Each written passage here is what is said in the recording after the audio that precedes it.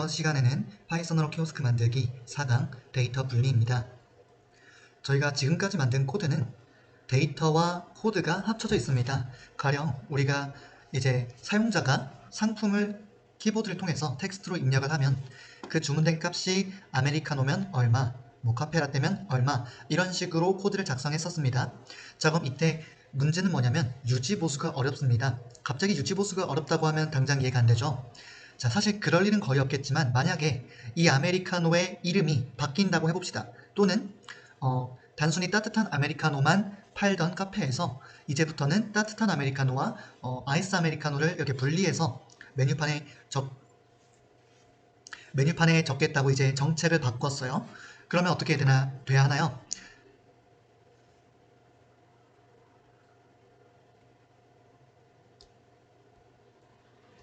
우리가 지금까지 작성했던 코드는 코드와 데이터가 합쳐져 있었습니다. 가령 주문한 상품, 저희가 사용자가 이제 텍스트로 자기가 원하는 상품을 입력을 했었죠. 그 상품이 아메리카노면 2,000원, 카페라떼면 3,000원, 이런 식으로 이 카페라떼와 아메리카노라는 그 상품 이름, 사실 이 녀석은 데이터에 해당하죠. 이 녀석의 이름과 가격은 데이터에 해당하는데 그 이름과 가격이 코드 안에 녹아 있었어요. 자, 그러면 녹아 있으면 뭐가 나쁜 거냐? 유지보수가 어려워집니다. 유지보수라 하면 나중에 점차 이 프로그램의 새로운 기능을 원하거나 또는 기존의 기능이 수정되길 바라는 경우가 있어요. 예를 들면 이 아메리카노가 단순한 아메리카노가 아니라 스페셜 아메리카노라고 이름이 바뀐다고 한번 해볼게요. 자, 그러면 개발자는 어떻게 해야 되나요? 코드를 뜯어보면서 아메리카노가 들어가 있는 부분을 전부 다 스페셜 아메리카노로 바꿔줘야 합니다. 또 카페라떼는 어떤가요? 카페라떼가 바뀌어도 코드 전체를 들여다보면서 카페라떼에 해당하는 부분들을 전부 다 새롭게 바꿔주어야 하는데 저희가 지금부터 하고자 하는 것은 그런 부분에서 유지보수가 힘들기 때문에 애초에 코드와 데이터를 분리하겠다는 것입니다. 그래서 보면 어떤가요? 코드는 이제 주문한 상품이 아메리카노인가 해서 항목 1인가, 그냥 비어있는 변수입니다. 변수. 항목 1인가로 바뀌었고 실제로 데이터 부분에 항목 1이 아메리카노라고 되어 있습니다. 자, 그러면 이렇게 해놓으면 어떻냐? 아메리카노가 스페셜 아메리카노로 바뀔 때 단순히 이 데이터 부분에 요 녀석만 바꿔주면 알아서 이쪽에서 쓰였던 항목 1이 아메리카노에서 스페셜 아메리카노로 전부 다 바뀔 수 있습니다. 이런 식으로 기존 코드를 우리가 코드와 데이터로 분리를 해서 유지보수가 쉽게끔 만들어줄 수 있는 거고요. 그래서 바로 코드를 한번 작성해 보면서 배워보겠습니다. 네, 현재 지난 강의에서 여기까지 코드를 작성을 했었는데요. 일단은 현재 이 코드에 굉장히 좀 길어졌잖아요, 생각보다. 그래서 이 함수 부분을 일단은 따로 빼겠습니다. 플러스 버튼을 눌러주시면 이렇게 코드를 입력할 수 있는 칸이 하나 더 생기고요. 화살표를 눌러서 위치를 이동시킬 수 있습니다. 이제 이 함수를 이쪽으로 옮기고요. 자, 그럼 이제 조금이나마 깔끔해진 코드가 되었고요. 여기서 보시면 아까 이론적으로 설명한 것처럼 아메리카노라는 상품의 이름과 2,000원이라는 이 가격이 코드 곳곳에 들어가 있습니다. 여기 아메리카노, 에스프레소 2,000원, 2,500원, 3,000원 이런 데이터들이 전부 여기 들어가 있기 때문에 아메리카노라는 이름 하나를 스페셜 아메리카노로 바꾸게 되면은 하나, 둘, 셋 하나의 변화에 따라서 3번이나 수정이 필요하고요. 실제로 이렇게 짧은 코드임에도 벌써 데이터가 3번 쓰인 것을 확인한다면 실제로 보통 이런 프로그램들이 굉장히 길어지는 것을 감안한다면 2,000줄, 3,000줄이 넘기 시작하면 하나의 그 변화를 수정하기 위해서 굉장히 많은 부분을 뜯어 고쳐야 합니다. 때문에 저희가 이제 데이터와 코드를 분리를 하겠다는 거고요. 그래서 그럼 결국에는 이 코드에 들어가 있는 모든 데이터들, 모든 상품의 이름과 가격을 한번 데이터로 뽑아 보겠습니다. 자, 미리 이렇게 준비를 데이터를 모두 추출하면 이런 식으로 될 텐데요. 보면 어떤가요? 전체적으로는 리스트로 감싸져 있고 그 안에 있는 이 딕셔너리 형태의 항목 하나하나가 상품 하나에 대응되고 있습니다. 그래서 상품 하나에 대해서는 이름과 프라이스가 있습니다. 자, 이제 이런 식으로 데이터가 뽑혔으면 다시 이 녀석을 가지고 코드가 동작하게끔 수정을 해줘야겠죠. 자, 그러면 먼저 메뉴판을 보여주는 이 코드를 한번 이 데이터를 가지고 작성을 해보겠습니다. 그리고 이제 메뉴판도 하나의 함수로 만들겠습니다. 그래서 def를 하면 되겠죠. show menu라는 이름의 함수로 만들도록 하겠습니다. 전달해 줄 것은 데이터. 이 변수를 통째로 전달해주면 이제 어떻게 하면 될까요? 항목이 여러 개이기 때문에 각각의 항목에 대해서 반복을 하면서 네임과 프라이스를 보여주면 되겠죠. 그래서 먼저 반복문을 돌릴 겁니다. 리스트이기 때문에 자, 이렇게 메뉴, 인, 데이터 이렇게 해준다면 이 데이터 전체에 대해서 한 번씩 이 항목 하나하나를 이 메뉴에 한 번씩 넣어주게 됩니다. 그럼 결국 메뉴에다가 이런 식으로 네임을 키로 주면 결국 그 값은 이 이름에 해당하게 되겠죠. 자, 조금 어려울 수 있는데 따라오시면 됩니다.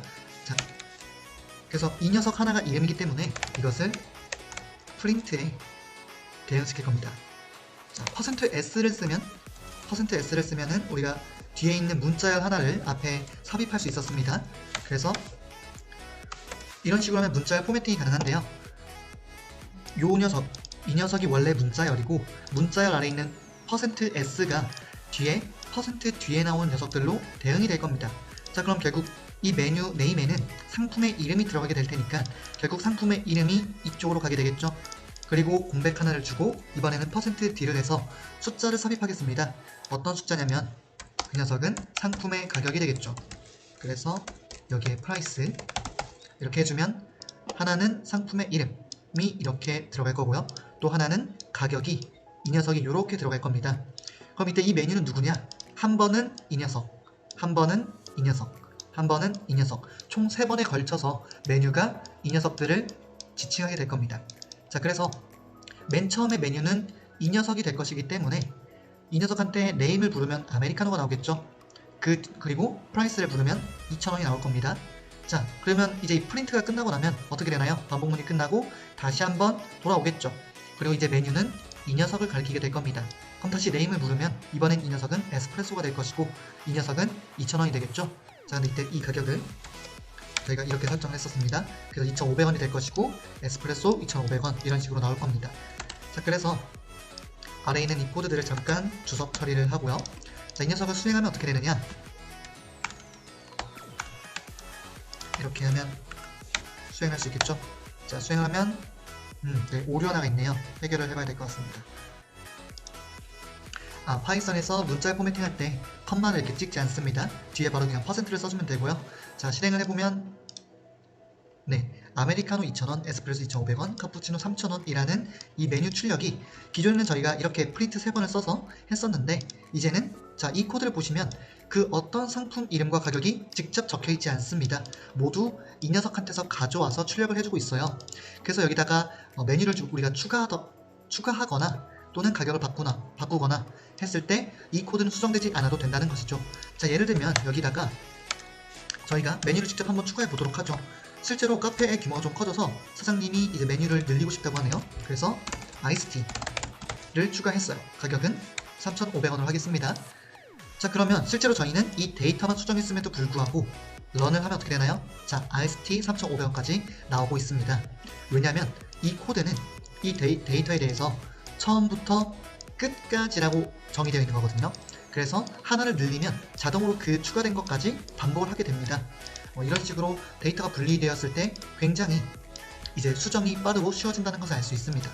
자, 그럼 지금부터 이런 변화를 전체 코드에 대해서 좀 더 적용을 해보도록 하겠습니다. 자, 일단 그 전에 우리가 조금만 정리를 해보죠. 우리 그 코드를 하나 더 추가해서 맨 윗단에는 데이터, 그리고 두 번째 단에는 함수를 정의하는 것으로 하겠습니다. 자, 이렇게 하고요. 자, 그럼 이제 메뉴를 보여줬기 때문에 무엇을 해야 하나요? 오더를 받아야겠죠. 자, 오더를 받아야 하겠습니다.